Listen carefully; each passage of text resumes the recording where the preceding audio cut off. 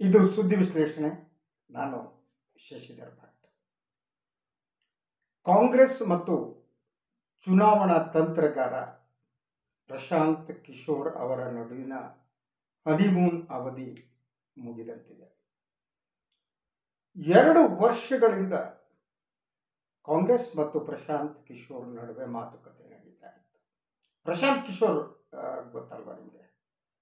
ಅವರು ಇಂಡಿಯಾದ ಚುನಾವಣಾ ಇತಿಹಾಸದಲ್ಲೇ ಅತಿ ಯಶಸ್ವಿ ಚುನಾವಣಾ ತಂತ್ರಗಾರ.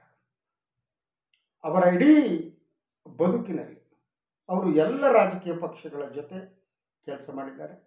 ರಾಜಕೀಯ ಪಕ್ಷಗಳಿಗೆ ಚುನಾವಣಾ ತಂತ್ರಗಾರಿಕೆಯನ್ನು ಕಲಿಸಿದ್ದಾರೆ.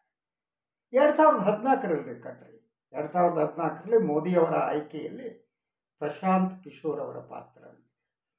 ಹಾಗೆ ಅಪಯಶಸ್ಸನ್ನು ಕೆಲವೆಡೆ ಕಂಡಿದ್ದಾರೆ, ಆದರೆ ಸಕ್ಸಸ್ನ ಪರ್ಸೆಂಟೇಜ್ ತುಂಬ ಹೈ ಇದೆ.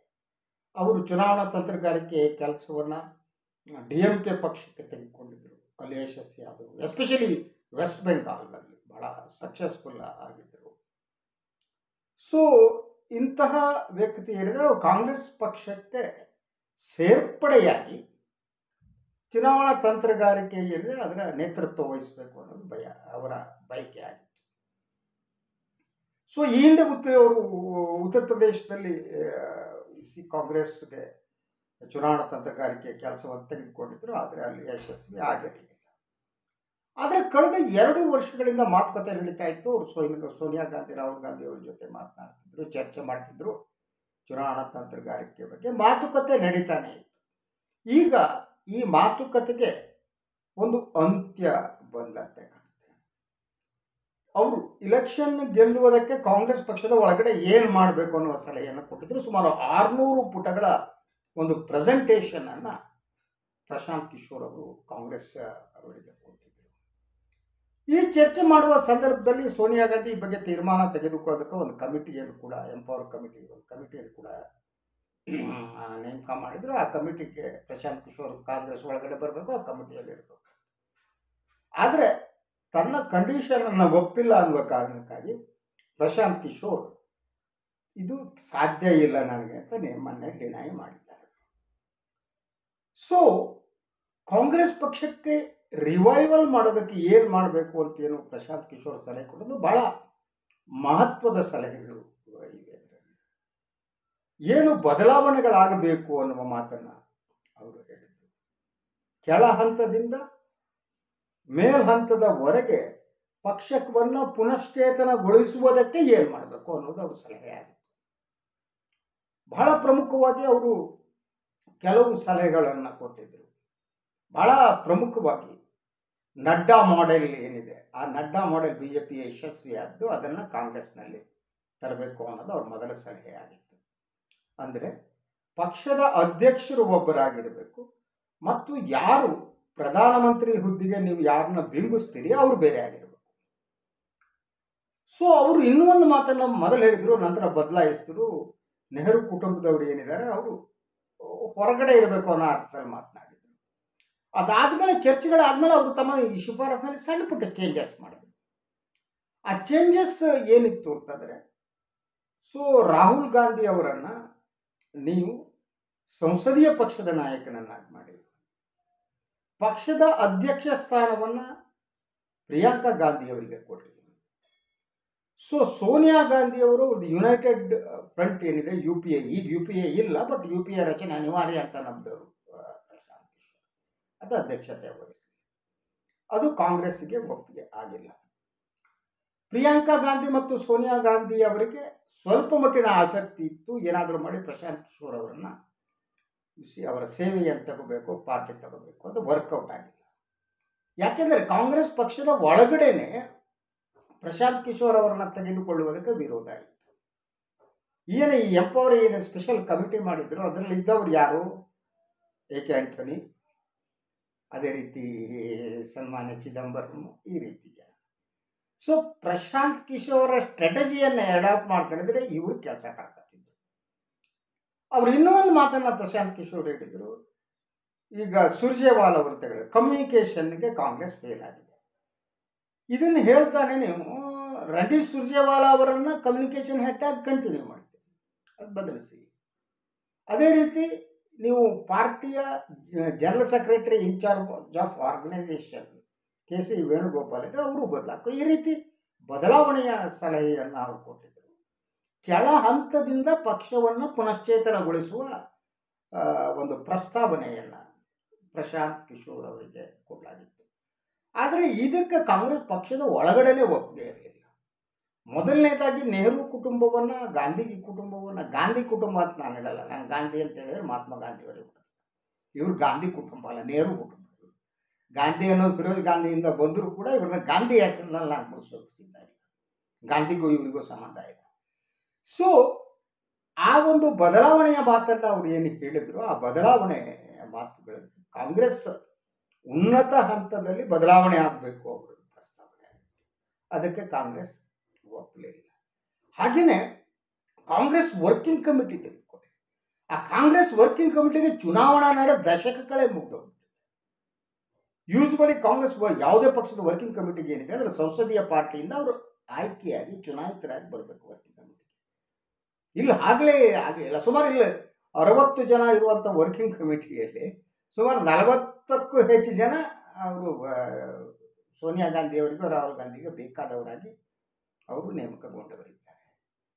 ಸೊ ಪ್ರಶಾಂತ್ ಕಿಶೋರ್ ಅವರ ಆಬ್ಸರ್ವೇಷನ್ ಏನಿತ್ತು ಅಂದರೆ, ಕಾಂಗ್ರೆಸ್ ಪಕ್ಷ ಸಾಮಾನ್ಯ ಜನರ ಜೊತೆಗಿನ ಸಂಪರ್ಕವನ್ನು ಕಳೆದುಕೊಂಡಿದೆ, ಅದನ್ನು ರೀಎಸ್ಟಾಬ್ಲಿಷ್ ಮಾಡಬೇಕು. That is is first point.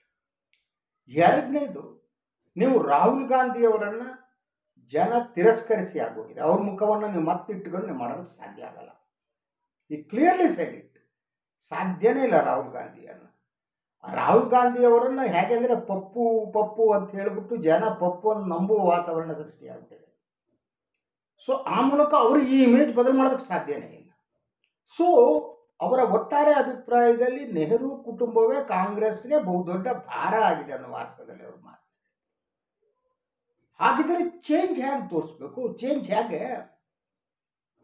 So ಅದಕ್ಕೆ ಪ್ರಶಾಂತ್ ಕಿಶೋರ್ ಅಬ್ಸರ್ವೇಷನ್ ಏನು ಅಂದರೆ, ಕಾಂಗ್ರೆಸ್ ಪಕ್ಷದ ವೋಟ್ ಬೇಸ್ ಏನಿದೆ ಆ ಬೇಸ್ ನಾಶ ಆಗಿಲ್ಲ. ಸೊ 10 ರಿಂದ 12 ಕೋಟಿ ಜನ ಸತತವಾಗಿ ಕಾಂಗ್ರೆಸ್ಗೆ ದೇಶದಲ್ಲಿ ಸಪೋರ್ಟ್ ಮಾಡ್ತಿದ್ದಾರೆ. ಆದರೆ ಇದು ಪುನಶ್ಚೇತನ ಕೊಡಬೇಕಾಗಿದೆ. ಅದಕ್ಕೆ ಶಕ್ತಿ ತುಂಬಬೇಕಾಗಿದೆ. ಯಾವ ಮುಖ ಫೇಲ್ ಆಗುತ್ತೋ ಆ ಮುಖವನ್ನು ಮತ್ತೆ ತೋರಿಸೋದ್ರಲ್ಲಿ ಅರ್ಥ ಇಲ್ಲ. ಅಲ್ಲಿ ಬದಲಾವಣೆ ಬೇಕು. ಅದಕ್ಕೆ ಅವ್ರು ಹೇಳಿದ್ದು ನಡ್ಡಾ ಮಾಡೆಲ್ ಅಂತ. ಸೊ ಪ್ರಶಾಂತ್ ಕಿಶೋರ್ ಈ ಮಾತನ್ನು ಹಲವು ಸಂದರ್ಶನಗಳು ಹೇಳಿದ್ದಾರೆ, ಲೇಖನದಲ್ಲಿ ಹೇಳಿದ್ದಾರೆ. ಈ ನಡ್ಡಾ ಮಾಡೆಲ್ ಏನು ಅಂತ ಅಂದರೆ, ಈ ಭಾರತೀಯ ಜನತಾ ಪಕ್ಷದಲ್ಲಿ ತೆಗೆದುಕೊಳ್ಳಿ, ಪ್ರಧಾನಿ ನರೇಂದ್ರ ಮೋದಿ ಅವರಿದ್ದಾರೆ ಅಲ್ವಾ, ಅಧ್ಯಕ್ಷರು ನಡ್ಡಾ ಅವರಿದ್ದಾರೆ. ಅಂದರೆ ಆರ್ಗನೈಸೇಷನ್ ಅನ್ನು ಯಾರು ನೋಡ್ಕೋತಾರೆ ಅವರು ಯಾವತ್ತೂ ಕೂಡ ಪ್ರಧಾನಮಂತ್ರಿಗೆ ಹುದ್ದೆಗೆ ಕಣ್ಣಿಟ್ಟಿರಬಾರ್ದು.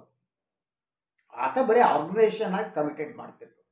ನೀವು ಪ್ರಧಾನಿಯ ಹುದ್ದೆಗೆ ಇನ್ನೊಂದು ಮುಖವನ್ನು ತೋರಿಸ್ಬೇಕು.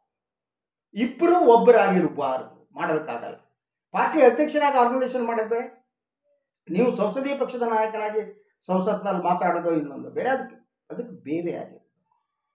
ಆದ್ದರಿಂದ ಇಡೀ ಕಾಂಗ್ರೆಸ್ ಪಕ್ಷದ ಪುನಶ್ಚೇತನಕ್ಕೆ ಕೆಳ ಹಂತದಿಂದ ಜೀವ ತುಂಬುವ ಕೆಲಸ ಆಗಬೇಕಾಗಿದೆ. ಪಾರ್ಟಿ ವರ್ಕರ್ ಎಂಗೇಜ್ ಆಗಬೇಕಾಗಿದೆ ಅನ್ನೋ ಮಾತನ್ನು ಪ್ರಶಾಂತ್ ಕಿಶೋರ್. ಅದಕ್ಕೆ ಕಂಪೇರ್ ಮಾಡ್ತಾ, ಈ ಫಾರ್ ಎಕ್ಸಾಂಪಲ್ ಬಿಜೆಪಿ ಕಾರ್ಯಕರ್ತರು, ಆ ಕಾರ್ಯಕರ್ತರನ್ನ ಪಕ್ಷ ಸದಾ ಎಂಗೇಜ್ನಲ್ಲಿ ಇಟ್ಟಿರುತ್ತಾರೆ, ಅವರು ಎಂಗೇಜ್ ಆಗಿರ್ತಾರೆ. ಕಾಂಗ್ರೆಸ್ ಪಕ್ಷದಲ್ಲಿ ಆ ಎಂಗೇಜ್ ಆಗಿರುವ ಪರಂಪರೆನೇ ಇಲ್ಲ. ಅಥವಾ ಕಳೆದ 10 ವರ್ಷಗಳ ಅವಧಿಯಲ್ಲಿ ನೀವು ತೆಗೆದುಕೊಳ್ಳಿ, ಒಂದೇ ಒಂದು ರಾಷ್ಟ್ರ ಮಟ್ಟದ ಒಂದು ಹೋರಾಟವನ್ನು ಕಾಂಗ್ರೆಸ್ ಪಕ್ಷ ನಡೆಸಿಲ್ಲ. ಹೋರಾಟದಿಂದ ನೀವು ಯಾವಾಗ ದೂರ ಆಗ್ತೀರಿ, ಹೋರಾಟವನ್ನು ಯಾವಾಗ ನೀವು ಸಂಘಟಿಸಲ್ಲ, ಒಂದು ನಿಮ್ಮ ಕಾರ್ಯಕರ್ತರು ಐಡಲ್ ಆಗಿಬಿಟ್ಟು ಬೇರೆ ವ್ಯವಹಾರಗಳಲ್ಲಿ ನಿಂತ್ಬಿಡ್ತಾರೆ. ಒಂದು ರಾಜಕೀಯ ಪಕ್ಷ ನಿಮ್ಮ ಕಾರ್ಯಕರ್ತರನ್ನ ಎಂಗೇಜ್ ಮಾಡಬೇಕು, ಎಂಗೇಜ್, ಅವ್ರಿಗೆ ಕೆಲಸ ಕೊಡಬೇಕು ಪಾರ್ಟಿ. ಆ ಕೆಲಸ ಕಾಂಗ್ರೆಸ್ನಲ್ಲಿ ನಡೀತಿಲ್ಲ.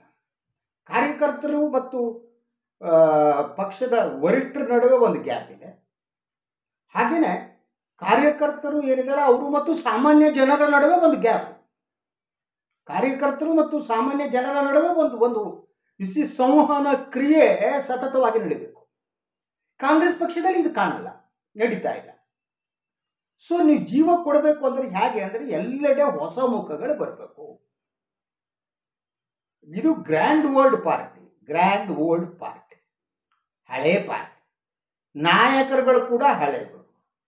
ನೀವು ಹೊಸಬರನ್ನ ಯಾರಿದ್ದೀರೋ ಅವ್ರನ್ನ ಇಟ್ಕೊಳ್ಳಾಗದೆ ಭಾಳಷ್ಟು ಜನ ಬಿಜೆಪಿ ವಲಸೆ ಹೋಗ್ಬೇಕು. ಹೊಸ ಮುಖಗಳಿಗೆ ನೀವು ಅವಕಾಶ, ಬರೀ ಹುಜೂರುಗಳನ್ನು ನೀವು ತುಂಬಿಕೊಂಡು ನಿಮ್ಮ ಮನೆಯ ಸುತ್ತ ಓಡಾಡಿಸ್ಕೊಂಡು ಪಾರ್ಟಿ ಕಟ್ಟಕ್ಕಾಗಲ್ಲ. ಸೊ ಪ್ರಶಾಂತ್ ಕಿಶೋರ್ ಅವರ ಬಹುತೇಕ ಏನು ಡಿಸ್ಕಸ್ ಮಾಡಿದ್ರು ವಿವರಗಳು ಸಾಮಾಜಿಕ ಜಾಲತಾಣಗಳಲ್ಲಿ ಭಾಳಷ್ಟು ಬಂದಿವೆ. ಮೊದಲು ಒಂದಿಷ್ಟು ಹೊರಗಡೆ ಬಂತು, ಅದು ಈಗಿನದೆಲ್ಲ ಹಳೇದು ನಾನು ಕೊಟ್ಟಿದ್ದಂಥ ಪ್ರಶಾಂತ್ ಕಿಶೋರ್ ಕೆಲಸ ಮಾಡಿದ್ರು. ಅದಾದಮೇಲೆ ಈಗ ಅವ್ರೇನು 600 ಪುಟಗಳ ಏನು ಒಂದು ಪ್ರೆಸೆಂಟೇಷನ್ ಕೊಟ್ಟಿದ್ರು, ಅದರ ವಿವರಗಳು ಕೂಡ ಈಗ ಸಿಗ್ತಾ ಇವೆ ಮಾಧ್ಯಮಗಳಲ್ಲಿ. ಒಂದು ಪಾರ್ಟಿಯನ್ನು ಜೀವಂತಗೊಳಿಸುವುದಕ್ಕೆ, ಪುನಶ್ಚೇತನಗೊಳಿಸುವುದಕ್ಕೆ ಬೇಕಾದ ಎಲ್ಲ ಅಂಶಗಳು ಪ್ರಶಾಂತ್ ಕಿಶೋರ್ ಅವರ ಪ್ರೆಸೆಂಟೇಷನಲ್ಲಿದೆ. ನಾನು ಅವರ ಕೆಲವು ಭಾಗಗಳನ್ನು ಓದಿ ನೋಡಿದ್ದೀನಿ, ಕೆಲವು ನೋಡಿದ್ದೀನಿ. ಅದು ಕಾಂಗ್ರೆಸ್ಗೆ ಒಂದು ಜೀವ ಕೊಡಬಹುದು ಅನ್ನುವ ಮಟ್ಟಿಗೆ ಇದೆ. ಆದರೆ ಕಾಂಗ್ರೆಸ್ ಅದನ್ನು ತಿರಸ್ಕರಿಸಿತು. ಸೊ ಅವರು ಲೇಟರ್ ಸ್ಟೇಜ್ನಲ್ಲಿ first Gandhi family or Nehru family ಯಾರೂ ಇರಬಾರ್ದು ಅಂತ ಹೇಳಿದ್ರು. ಅಟ್ಲೀಸ್ಟ್ ಅವ್ರನ್ನೇ ಇಟ್ಕೋತೀವಿ ಅಂದರೆ ಪ್ರಿಯಾಂಕಾ ಗಾಂಧಿ ಅವ್ರನ್ನ ಪ್ರೆಸೆಂಟ್ ಮಾಡಿ ಅವರನ್ನು ಪಾರ್ಟಿ ಅಧ್ಯಕ್ಷರನ್ನು ಮಾಡಿ ಅಂತ. ಇದಕ್ಕೆ ಸೋನಿಯಾ ಗಾಂಧಿ ಅವರ ಒಪ್ಪಿಗೆ ಇರಲಿಲ್ಲ. ಅವರು ಯಾವ ಕಾರಣಕ್ಕೂ ಕೂಡ ರಾಹುಲ್ ಗಾಂಧಿ ಅವರನ್ನು ಬಿಟ್ಟು ಬೇರೆಯವ್ರನ್ನ ಮಾಡೋದಕ್ಕೆ ಸಿದ್ಧರಿಲ್ಲ.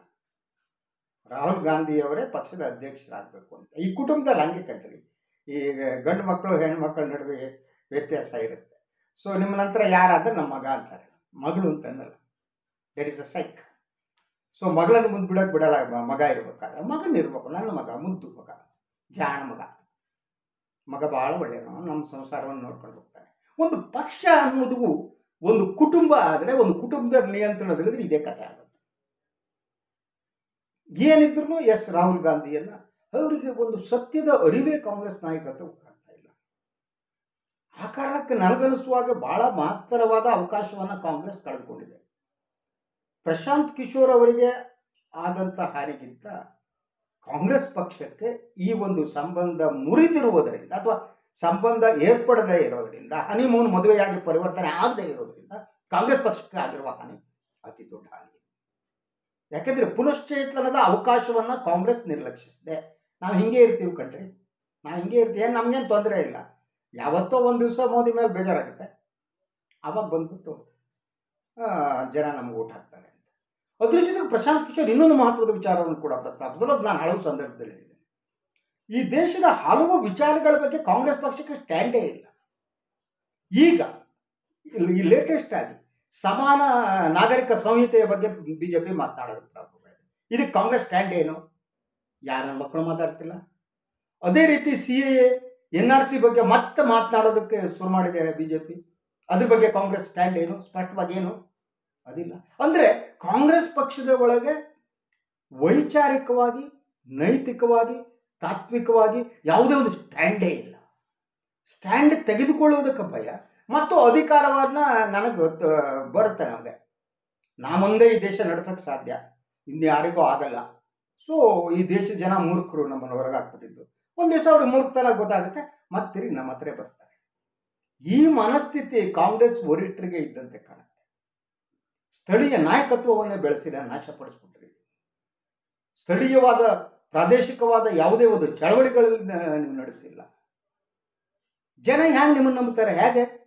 ಅವ್ರಿಗೆ ನಿಜವಾಗ ಬಿಜೆಪಿ ಒಳ್ಳೇದಪ್ಪ, ಮೋದಿ ಒಳ್ಳೇದು ಅನಿಸುತ್ತೆ. ಅಟ್ಲೀಸ್ಟ್ ಅವ್ರು ಪ್ರೊಪಗಂಡ ಮಾಡ್ತಾರೆ. ಹಸಿ ಸುಳ್ಳ ಸತ್ಯ ನನಗೆ ಅಟ್ಲೀಸ್ಟ್ ಹೇಳ್ತಾ ಹೋಗ್ತಾರೆ. ನಿಮಗೆ ಹೇಳೋ ಶಕ್ತಿನೂ ಇಲ್ವಲ್ರಿ. ನಿಮಗೆ ಶಕ್ತಿ ಇಲ್ಲ, ಇನ್ನೊಬ್ಬರು ಅಡ್ವೈಸ್ ತಗೊಳಕ್ಕೆ ಆಗ್ತಾ ಇಲ್ವಲ್ಲ ನಿಮಗೆ. UPA ಪುನಶ್ಚೇತನದ ಬಗ್ಗೆ ಕೂಡ ಪ್ರಶಾಂತ್ ಕಿಶೋರ್ ಮಾತನಾಡಿದ್ದಾರೆ, ಏನೇನು ಮಾಡಬೇಕು ಅಂತ. ಹಾಗೆಯೇ ತಾವೇ ಇನ್ವಾಲ್ವ್ ಆಗಿ ಇವ್ರನ್ನೆಲ್ಲ ಒಗ್ಗೂಡಿಸುವ ಯತ್ನವನ್ನು ಮಾಡೋಣ. ಮಮತಾ ಬ್ಯಾನರ್ಜಿಯನ್ನು, TRS ಅನ್ನು, ಆಂಧ್ರ ಪ್ರದೇಶದ ಇದ್ರ ಪಕ್ಷ ಏನಿದೆ ರೆಡ್ಡಿ ಅವರದ್ದು ಆ ಪಕ್ಷವನ್ನು, ಇದನ್ನೆಲ್ಲ ಒಗ್ಗೂಡಿಸುವ ಯತ್ನವನ್ನು ನಾನು ಮಾಡ್ತೀನಿ. ಇವ್ರನ್ನೆಲ್ಲ ಒಗ್ಗೂಡಿಸ್ತಾ UPAಯನ್ನು ವಿಸ್ತರಿಸೋಣ. ಆ ಮೂಲಕ ನಾವು ಅಧಿಕಾರದ ಗದ್ದಿಗೆ ಹತ್ರ ಹೋಗ್ಬೋದು. ಇಂಥ ಸಲಹೆಗಳನ್ನು ಕೂಡ ಅವ್ರು ಕೊಟ್ಟಿದ್ದಾರೆ. ಅದರಲ್ಲಿ ನಾನು ಕೆಲಸ ಮಾಡ್ತೀನಿ ಅಂತ. ಇನ್ನು ದುಡ್ಡಿನ ಪ್ರಶ್ನೆ ಬಂದಾಗ ಹೇಳಿದ್ದಾರೆ. ಯೂಶ್ವಲಿ ಅವರ ಐಪ್ಯಾಕ್ ಏನಿದೆ, ಐಪ್ಯಾಕನ್ನು ನಾನು ತಗೊಬರ್ತೇನೆ. ಐಪ್ಯಾಕ್ ಅನ್ನೋದು ಪ್ರಶಾಂತ್ ಕಿಶೋರ್ ಅವರ ಸಂಸ್ಥೆ. ಚುನಾವಣಾ ಸ್ಟ್ರಾಟಜಿಯನ್ನೆಲ್ಲ ವರ್ಕ್ ಮಾಡ್ತಾರೆ. ಸುಮಾರು 5,000 ಜನ ಅದರಲ್ಲಿ ಕೆಲಸ ಮಾಡ್ತಾರೆ. ಸೊ ಸ್ಯಾಲ್ರಿ ಅದಕ್ಕೆ ಸಂಬಂಧಪಟ್ಟ ಹಾಗಿಲ್ಲ. ಒಬ್ಬರಿಗೆ ಮಾಸಿಕವಾಗಿ ಎವರೇಜ್ 1,00,000 ರೂಪಾಯಿ ಸ್ಯಾಲ್ರಿ ಇದೆ. ಸೊ ಇಷ್ಟು ಆರ್ಥಿಕ ಭಾರವನ್ನು ನಿಮ್ಗೆ ಹೊರಕ್ಕಾಗಲ್ಲ ಅಂದರೆ ನಾನು ಫಂಡ್ ತರಕ್ಕೆ ಟ್ರೈ ಮಾಡ್ತೀನಿ. ಬೇಕಾದ್ರೆ that I will become the part of the part, I will do that, ತರ್ತೀನಿ. ಈ ಮಾತನ್ನು ಹೇಳಿದ್ದಾರೆ. ಆದ್ದರಿಂದ ಈ ಆರ್ಥಿಕ ವಿಚಾರವೇ ಅಡ್ಡಿಯಾಗಿದೆ ಅಂತ ನಾನು ಅನ್ನಲ್ಲ. ಕಾಂಗ್ರೆಸ್ ಮತ್ತು ಬಿ ಜೆ ಪಿ ಅಷ್ಟು ದುಡ್ಡಿದ್ದಿರ್ಬೋದು. ಬಟ್ ಆದರೆ ಮೂಲಭೂತವಾಗಿ ಏನು ಕಾಂಗ್ರೆಸ್ ಮೊದಲ ಕುಟುಂಬ ಏನಿದೆ, ಆ ಕುಟುಂಬ ತನ್ನ ದೌರ್ಬಲ್ಯವನ್ನು ಅರ್ಥ ಮಾಡಿಕೊಂಡಿಲ್ಲ. ಅರ್ಥ ಮಾಡಿಸುವ ಯತ್ನದಲ್ಲಿ ಪ್ರಶಾಂತ್ ಕಿಶೋರ್ ಸೋತಿದ್ದಾರೆ. ಆದರೆ ಇಲ್ಲಿ ನಿಜವಾಗಿ ಸೋತಿದ್ದು ಕಾಂಗ್ರೆಸ್ ಪುನಶ್ಚೇತನ ಆಗಬೇಕಾಗಿತ್ತು. ಆ ಪುನಶ್ಚೇತನಕ್ಕೆ ಅವರು ಪ್ರಶಾಂತ್ ಕಿಶೋರ್ ಅವರಂಥವರ ಸಲಹೆ ಅಗತ್ಯ ಆಗಿತ್ತು. ಆದರೆ ಕಾಂಗ್ರೆಸ್ ಈ ಒಂದು ಸಂಬಂಧ ಏರ್ಪಡದೇ ಇರೋದರಿಂದ ನಾವು ಬದಲಾಗುವುದಕ್ಕೆ ನಮ್ಗೆ ಇಷ್ಟ ಇಲ್ಲ. ನಾವಿದ್ದಂಗೆ ಇರ್ತೀವಿ. ಜನ ಬೇಜಾರ ಬಂದು ಒಂದು ಸಲ ನಮ್ಗೆ ಓಟ್ ಹಾಕ್ತಾರೆ. ಅವತ್ತು ಬಂದು ಓಟ್ ಹಾಕ್ಬೇಕಾದ್ರೆ ನಮ್ಮ ರಾಹುಲ್ ಗಾಂಧಿಯವರು ಪ್ರಧಾನಿ ಆಗ್ತಾರೆ, ಸಾಕು, ನಾವು ಹೊರಗಡೆ ಕೂತ್ಕೊಂಡ್ಬಿಟ್ಟು ಭಜನೆ ಮಾಡ್ತೀವಿ ಅನ್ನೋ ರೀತಿ ಕಾಂಗ್ರೆಸ್ ವರಿಷ್ಠರು ವರ್ತನೆ ಮಾಡ್ತಾರೆ. ಆದ್ದರಿಂದ ಈಗ ನಾನು ಈ ಮೊದಲು ಹೇಳಿದಾಗೆ ಕಾಂಗ್ರೆಸ್ ಪಕ್ಷಕ್ಕೆ ಈಗ ಭಾರವಾಗಿರುವುದು ನೆಹರು ಕುಟುಂಬ. ಆ ಭಾರವನ್ನು ಇಳಿಸುವುದು ಹೇಗೆ ಅನ್ನುವ ಆಲೋಚನೆ ನಡೀಬೇಕಾಗಿದೆ. ಯಾಕೆಂದರೆ ಪ್ರಬಲವಾದ ಪೈಪೋಟಿ ನೀಡುವ ಒಂದು ಪಕ್ಷ ಇಲ್ಲಿ ಬೇಕಾಗಿದೆ ಬಿ ಜೆ ಪಿಗೆ. ಅದು ಆಗುವ ಆ ಸ್ಥಾನವನ್ನು ಕಾಂಗ್ರೆಸ್ ತುಂಬೋದಕ್ಕೆ ಸಾಧ್ಯ ಇಲ್ಲದಿದ್ದರೆ ಅದು ಹಿಸ್ಟಾರಿಕಲ್ ಬ್ಲಂಡರ್. ಆ ಬ್ಲಂಡರ್ನ ಸಲುವಾಗಿ ಆ ಭಾರವನ್ನು, ಸೋಲಿನ ಭಾರವನ್ನು ಸೋನಿಯಾ ಗಾಂಧಿ, ರಾಹುಲ್ ಗಾಂಧಿ ಕಂಪನಿನೇ ಹೊರಬೇಕು ಅಂತ ಹೇಳ್ತಾ ಇವತ್ತಿನ ಈ ಸುದ್ದಿ ವಿಶ್ಲೇಷಣೆಯನ್ನು ಮುಗಿಸ್ತೀನಿ. ಎಲ್ಲರಿಗೂ ಒಳ್ಳೆಯದಾಗಲಿ. ನಮಸ್ಕಾರ.